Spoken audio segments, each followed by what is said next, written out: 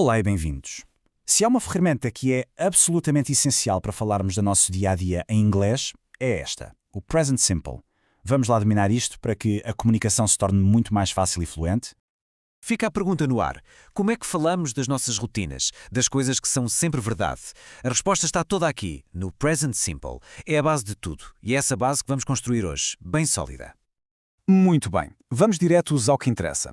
Primeiro, o que é isto do Present Simple? E, mais importante, porque é que é tão fundamental? Vamos lá descobrir porque é que este tempo verbal é, na verdade, uma espécie de superpoder. Basicamente, usamos o Present Simple para falar sobre 3 tipos de coisas. Primeiro, os nossos hábitos e rotinas, como em I drink coffee every morning.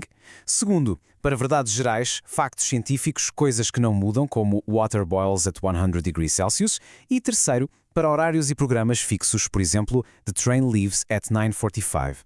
É, no fundo, o esqueleto da nossa comunicação diária. Ok, já percebemos quando usar. Agora, como é que usamos para construir frases?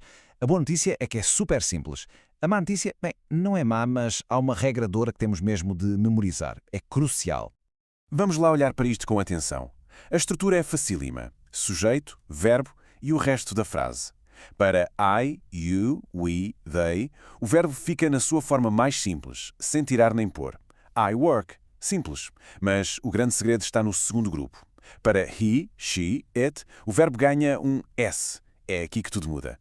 E este exemplo mostra isso na perfeição. Reparem bem na diferença. Com o they, dizemos they live in London. Mas se for she, já é she lives in London.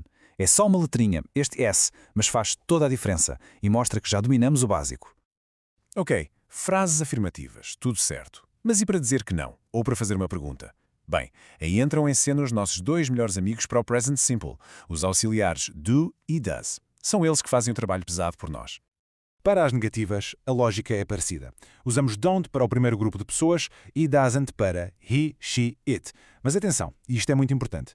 Quando usamos o doesn't, o S que tínhamos posto no verbo principal desaparece. O verbo volta à sua forma base. Por isso é que dizemos he doesn't like chocolate e nunca likes. E se houvesse só uma coisa para decorar hoje, era esta. A sério, se o do ou o does aparecem na frase, eles já estão a fazer o trabalho de indicar a pessoa. Por isso, o verbo principal fica limpo, sem S, fica na sua forma base. Guardem bem isto. E para as perguntas, adivinhem? A lógica é exatamente a mesma.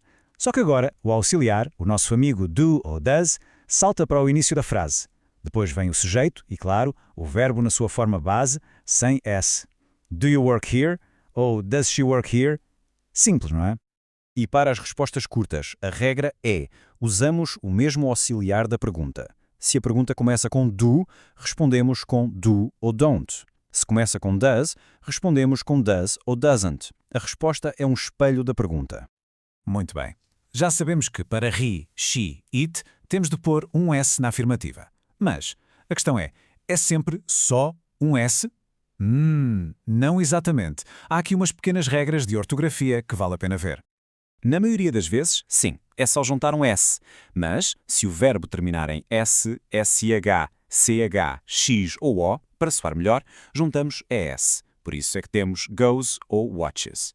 E se o verbo acabar em consoante mais Y, como study, tiramos o Y e pormos IES, studies. Com o tempo, isto torna-se automático. E claro, como em tudo, há uma exceção que confirma a regra. O verbo have é o irregular mais importante aqui.